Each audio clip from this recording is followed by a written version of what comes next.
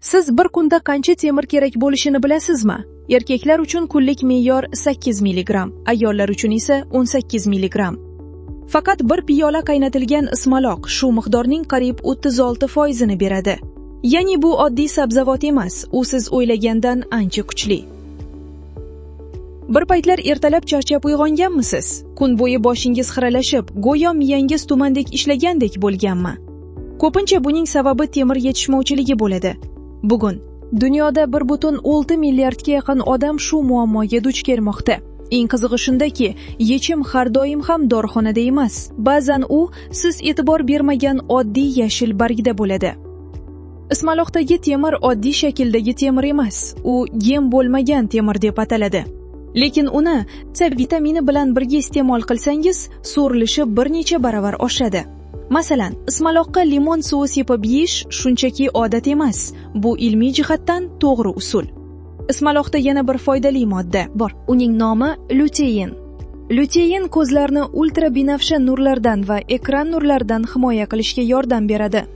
Tadqiqotlarga ko'ra, haftasiga 5 marta ismaloq iste'mol qilgan odamlarda ko'rish qobiliyatining pasayish xavfi 43% ga kam bo'lgan.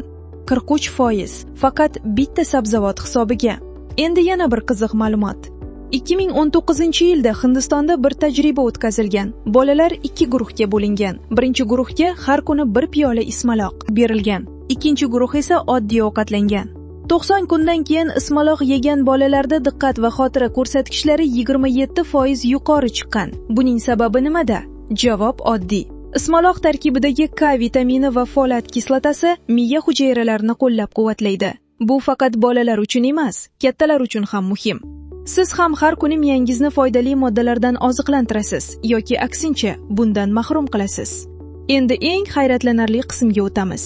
Ismaloqdagi nitratlar organizmda azot oksidiga aylanadi. Bu esa qon tomirlarini kengaytirishga yordam beradi. Natijada qon bosimi pasayishi mumkin.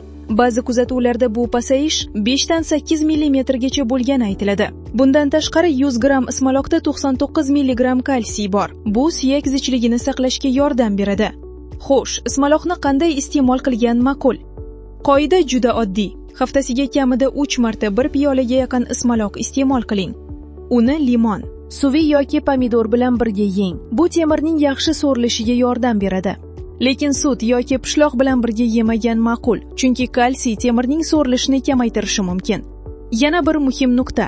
Qaynatilgan yoki dimlangan ismaloqda ba'zi foydali moddalar, xususan lutein, ko'proq o'zlashtiriladi. Endi savol sizga. Oxirgi marta ismaloqni qachon yegansiz? Bir hafta oldinmi? Bir oy oldinmi? Yoki umuman yemaysizmi? Javobingizni kommentariyada yozing. Agar bu video sizga foydali bo'lgan bo'lsa, uni yaqinlaringizga ham yuboring. Keyingi videoda esa siz ko'p e'tibor bermaydigan yana 5 ta foydali sabzavot haqida gaplashamiz.